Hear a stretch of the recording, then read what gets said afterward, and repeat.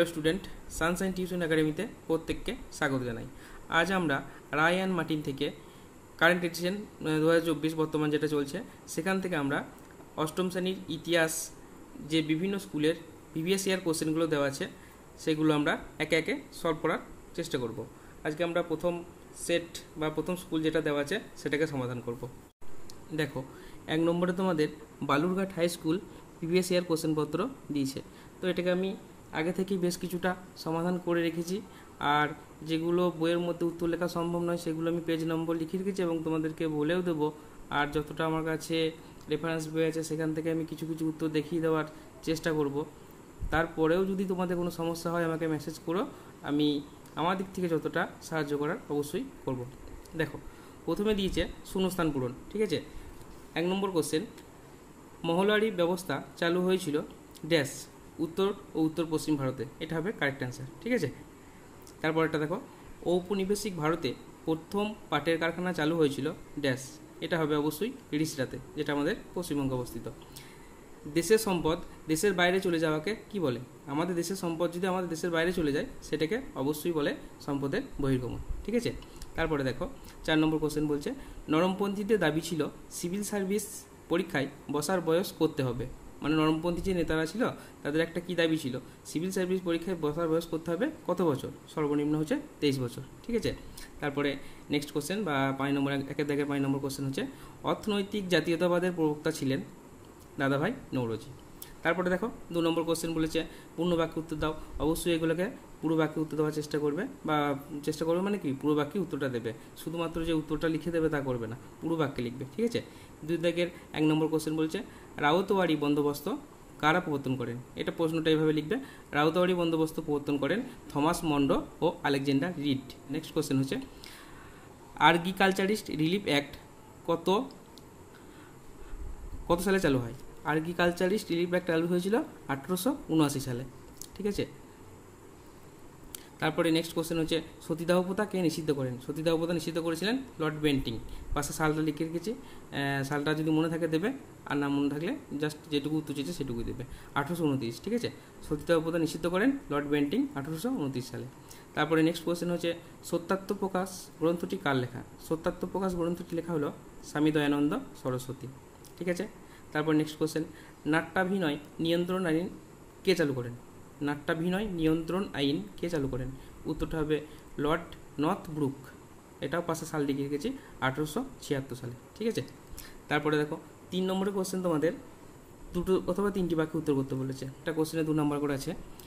প্রথম কোশ্চেন দিয়েছে, কয়েকজন নরমপন্থী কংগ্রেস নেতার নাম লেখো, ঠিক আছে। এখানে নরমপন্থী কংগ্রেস নেতার নাম দেখবে উমেশচন্দ্র বন্দ্যোপাধ্যায়, তারপরে তোমার দাদাভাই নৌরোজি, ঠিক আছে, বদরুদ্দিন তৈয়বজি, এগুলো হবে। দেখো আমার কাছে এখানে প্রান্তিক সহায়িকাতে এটা তোমার কত যেন পেজ নম্বর 172 নম্বর পেজে আছে। তো এখান থেকে আমি দেখো তাকে দেখিয়ে দেওয়ার চেষ্টা করছি।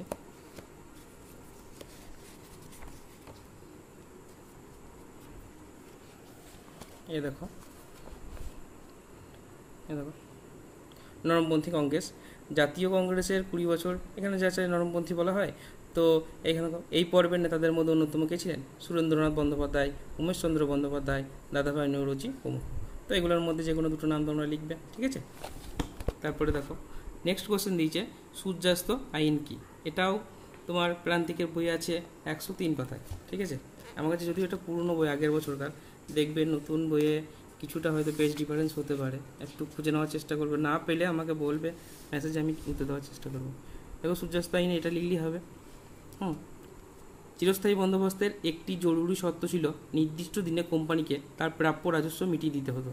নির্দিষ্ট তারিখে সূর্য ডোবার আগেই প্রাপ্য রাজস্ব জমা দিতে না পারলে জমিদারের সম্পত্তি বাজেয়াপ্ত করে কোম্পানি আবার নিলাম রেখে অন্য কাউকে বন্দোবস্ত দিতে পারত।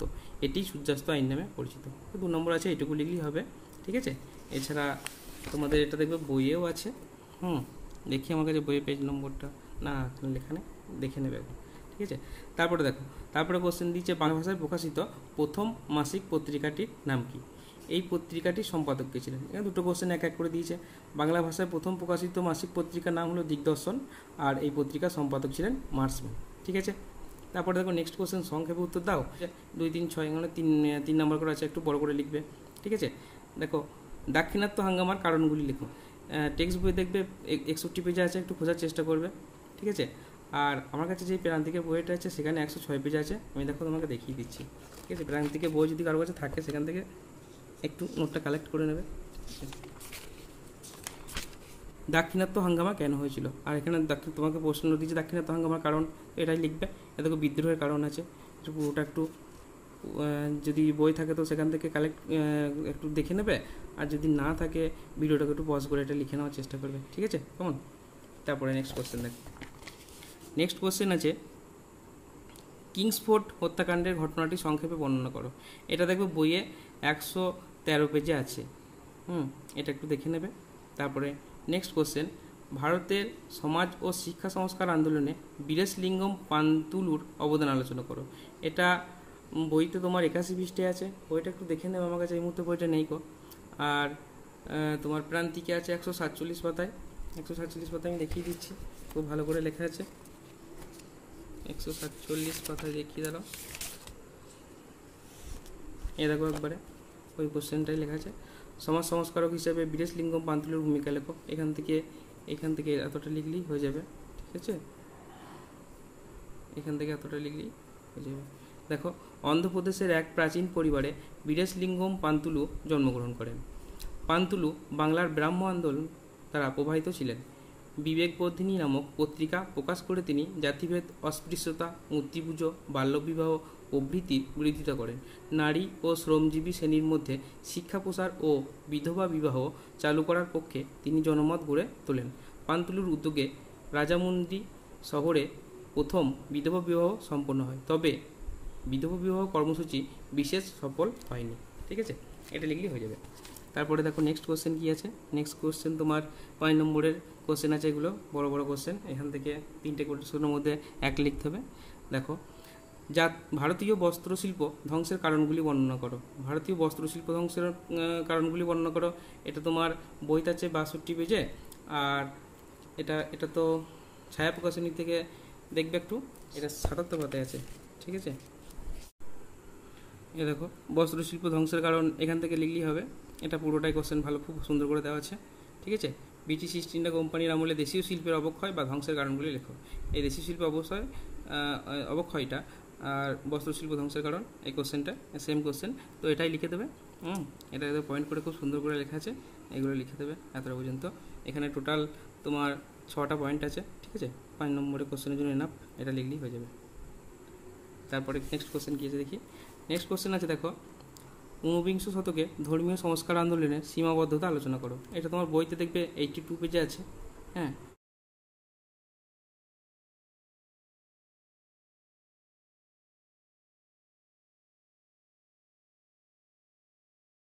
তারপরে লাস্ট কোশ্চেন, কংগ্রেসের চরমপন্থী মতবাদ বা রাজনীতির উদ্ভবের কারণগুলি লেখো। এটা তোমার প্রান্তিকের 200 নম্বর পেজে আছে, ঠিক আছে। এটা এখান থেকে করে নেবে।